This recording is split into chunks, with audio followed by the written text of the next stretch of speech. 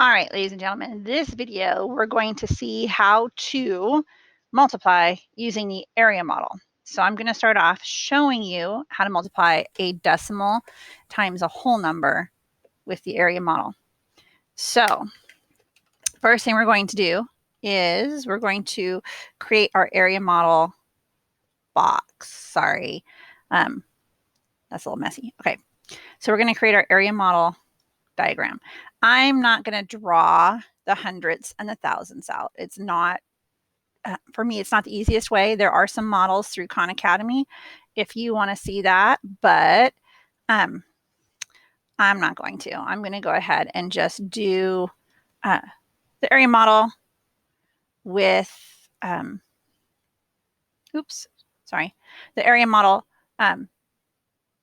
with just an easy box. Okay, so we have 5 on top. So this whole thing across the top is my 5. And then my other number goes down the side. Now, in this case, I have 3 digits. So I'm going to make 3 divisions. And then we're going to break them up by place value. So 4.72 becomes 4 ones, 7 tenths, and 2 hundredths. So that's how we're going to break them up. So 4 plus 7 tenths plus 2 hundredths. So notice I am writing them with the decimals. We want to see where the decimals are. All right, so this first box right here becomes, and this is distributive property just shown in an array rather than by just numbers with an algorithm. So this whole box here becomes 4 times 5, and that's going to equal 20. This box is 7 hundredths times 5. So what I think to myself is, I'm going to do it over here. So the thought process going on in my head is 7 hundredths, okay, right, times 5. So 7 times 5, and it's 5 ones. Okay, oops, forgot my ones. So that's 35. So 7 times 5 gives me 35. But I have, oops, sorry, I tenths. I said hundredths. This is tenths. So I have 7 tenths times ones. Tenths times ones, so tenth times 1 is going to give me tenths. So it's 35 tenths. If it's 35 tenths, the 5 has to end in the tenths column. So it's 3.5. Down here, I have 2 hundredths times 5. Okay, so 5 times 2, ignore your decimals, 5 times 2 gives you 10. And then I have hundredths times ones, or hundredths times ones, and that's going to give us hundredths. So in order for the 10, the 0 in the 10 to be in the hundredths place, our decimal point is going to go in front of the 10. So I have 20 plus 3.5 plus 0.10, so 1/10. We add those all up, our partial products, and we're going to put zeros out to place value, hold, 0, 0, 0, 0. 0 plus 5 plus 1 is 6. Your decimal point comes straight down because remember when we add, we line up decimals. 0 plus 3 plus 6 is 9. And then 2. So our answer ends up being right here. 29 and 60 hundredths, or 29.6. They're the same thing. Okay? So it gets a little more difficult when we are looking at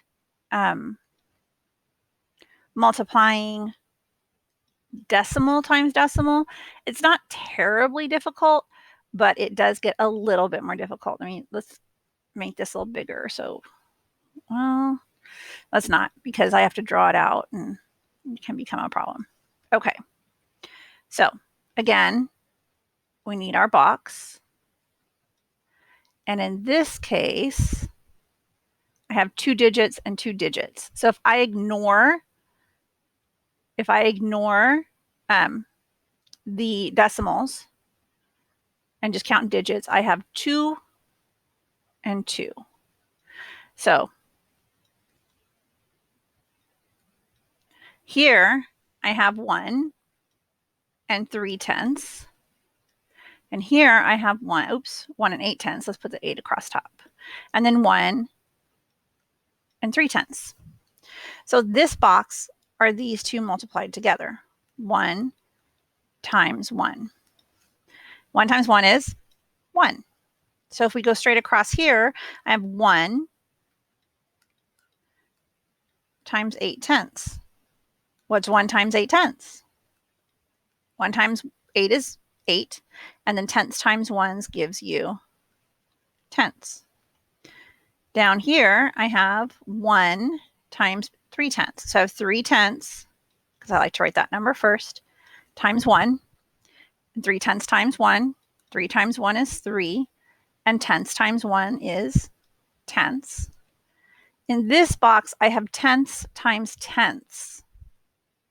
So I have 3/10 times 8/10. And I can think of that as 3 times 8, which is 24.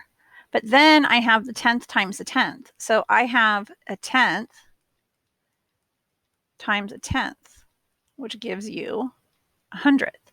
So if this has to be hundredths, then I'm going to have my 24 hundredths, means the 4 has to be in the hundredths column. That means it's 2 places. So now we're going to go ahead and add our numbers. So I have 1, I have 8/10, I have 3/10, and I have 24 hundredths. So I'm going to put zeros in as placeholders. Then I'm going to go ahead and make sure your decimals are lined up and then add.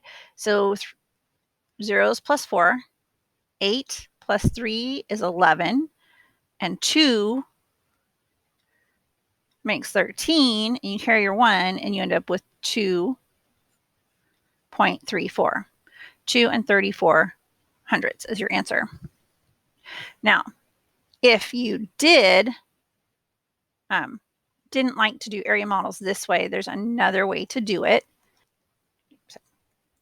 There's another way to do it. If I think of this as 18/10 times 13/10, and I think of it as 18/10 times 13/10, I'm going to forget about the tenths for the moment, and I'm going to think of it as 18 times 13. So 10 plus 8 times 10 plus 3. And I'm going to do just like we did area model with whole numbers. 10 times 10 is 100. 10 times 8 is 80. 3 times 10 is 30. And 3 times 8 is 24. Now, just like we did in the other area model, we're going to add up the pieces. So we have 100, making sure you line up place value, plus 80, plus 30, plus 4. And we'll end up with 4, 8, and 3 is 11, and 2 is 13. Carry your 1, 2. So we have 234. However, we have to go back up here and think of our tenths times tenths. So if we think of 1/10 times tenths, 1 times 1 is 1, 10 times 10 is 100, our answer will have to be hundredths. So we have to go in 1, 2, and our answer is 2.34, which is the same answer we got above. Okay, so you can do it either way. I think this is probably the better way, so you're more comfortable using your decimals and thinking how decimals are multiplied. Okay, keep checking this if you need to.